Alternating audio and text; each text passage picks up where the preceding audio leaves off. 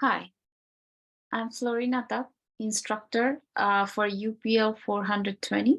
Today is our first lecture on understanding research. So hang in there and I'll be presenting today's lecture.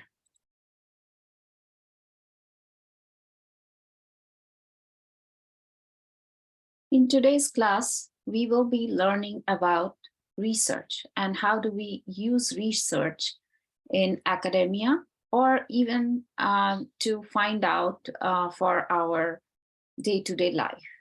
However, our focus will be on creating our senior project.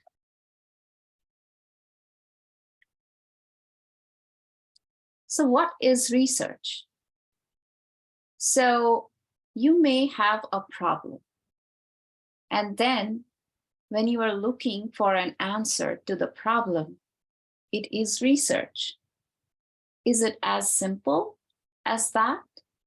So for example, how is gentrification affecting my city? If that's a problem you are trying to look into with the lens of an urban planner, then where do you begin? You search the internet for articles in newspapers and academic journals. You can also start looking at books in the library and different resources. And in the end, what you are building is a knowledge bank and making it available to the readers. So is research something really simple, as I asked previously? Or is there more to it?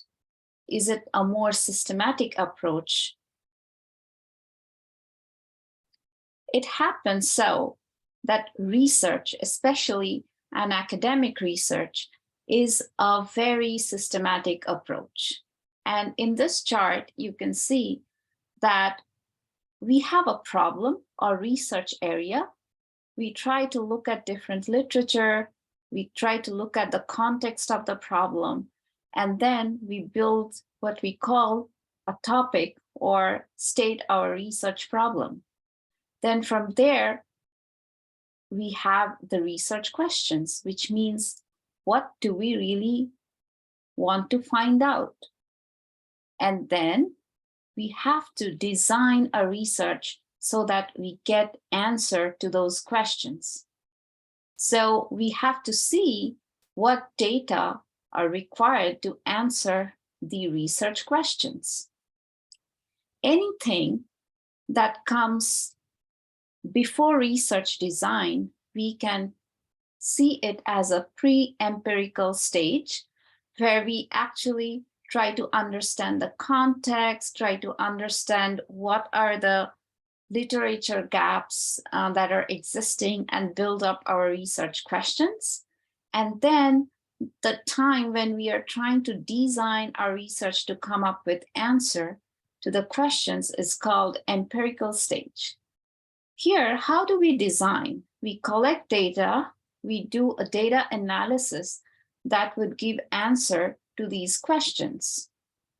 I will be talking in more detail as we move forward in the course, but this is just a roadmap to show you what constitutes an academic research. In this chart, you can see that, research can be done in various stages. It involves various aspects, such as here we can start with a theory, and we can, look at the existing models as in statistical model, predictive models, and we can look at different concepts. We can build hypotheses, and then we make more observations through data analysis. We develop descriptions and typologies. We try to generalize. We explain what we have found. We do predictions, and we then see that, from our findings and prediction, what does it imply for a policy or a practice to change, and then that goes back into the theory. So it's kind of a cyclical process. And in the core, we have our research focus. And our research focus is nothing but, building good research questions and trying to answer them constantly through the best possible research design. So research is systematic development of knowledge through making observations and asking questions, formulating hypotheses. So by formulating hypothesis, I mean you have found out a theory and you make a claim that you might think that gentrification is actually fueling economic development, for example. So if that's your hypothesis, it may be right or it may not be right. However, you collect data to find out whether this hypothesis is true. And you collect the data, you do different data analytics or experiments, and you find out results through those experiments or analysis and try to answer the question, which is basically saying whether the hypothesis is true or false. In the end, we need to share the knowledge we just produced. So, the knowledge you produced in the research can be shared to either an academic community or a community that needs this knowledge to make progress. That answers the question why we need to write up our research, because we need to share our research. So in order to reach a larger group of audience who might need the research knowledge to make certain decisions, such as policymakers or even a bigger community of academic researchers, we need to share the results so that they can build their research upon what we have found. Additionally, writing helps us remember. It also helps us in understanding and reasoning. If you are not writing something, you cannot remember what you have done for a long amount of time. As human beings, we tend to forget. So writing helps us to be more systematic. It helps us document the process, and also it allows us to evaluate a problem more objectively. So by evaluating a problem more objectively means we can find out some sort of measure. And if we are not writing, or if we are not doing a written analysis, everything as researchers, if we keep on in our head, then we cannot move forward and do the next steps. So every step we must be writing down to move forward to the next step and make an evaluation and move forward. So it's like pushing our research forward so that we can answer the research questions. So why do we need a formal academic paper? Because it helps us gain clarity in expressing ourselves. It also pushes us to think more critically. For example, you might be thinking, oh, gentrification is fueling economic growth. But how do you actually measure economic growth? How do we actually understand the real impacts of gentrification? Will only come through if you are thinking critically, if you are questioning if your methods to answer the questions are right, or if you are not been able to understand the whole picture. So what is it? So it is actually helping you think critically. And once you do that, you meet the need of an academic community or a real community that may use your research to fuel their advancement. Through research and writing your research, you are connecting with readers. So by readers, I mean those who need your research to make some level of progress. For example, here, if you say as a researcher, interruption of REM sleep has been shown not only to inhibit memory consolidation, especially for declarative memories, but also to significantly impair cognitive process dependent on working memory function. So when you say that, you assume that your reader knows what is REM sleep, for example, and they also know what is memory consolidation. For example, they should also know declarative memory, and then they should know what is a cognitive process. So these are called jargons. And then people in the field of study who are experts will know these. So which means the first expression is for readers who are experts. And in the second expression, if you say like this, if you don't get enough sleep, not only will you struggle to retain facts and concepts, but your working memory function will also be impaired, making it difficult for you to hold information in mind and consequently to understand, think, and learn. So this is a way to break down the jargon. So for example, interruption of REM sleep means if you don't get enough sleep.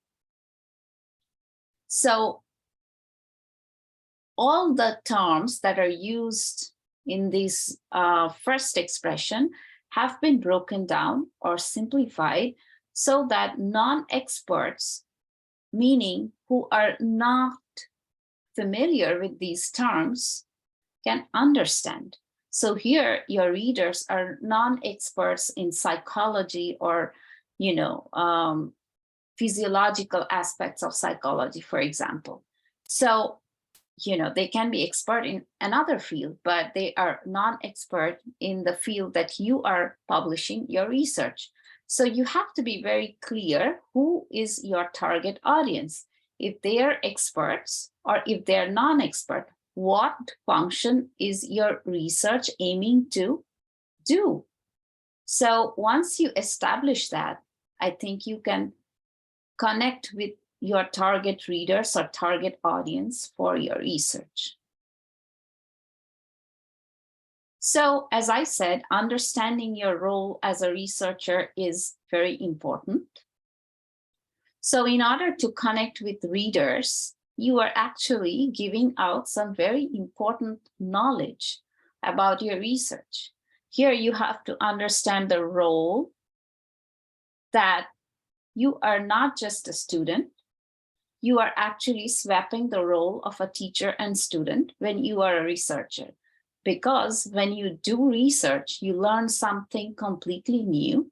You are building a new knowledge which others might not know. So you are actually swapping the role of a teacher and student. That doesn't mean that your instructor or the teacher in class or the course will not be helping you or guide you through the process. But once you are being guided and once you do all the analysis and when you come up with your answer, you are actually gaining more knowledge through that process and you are sharing that knowledge to your audience, of which your teacher or the instructor for the course is a part.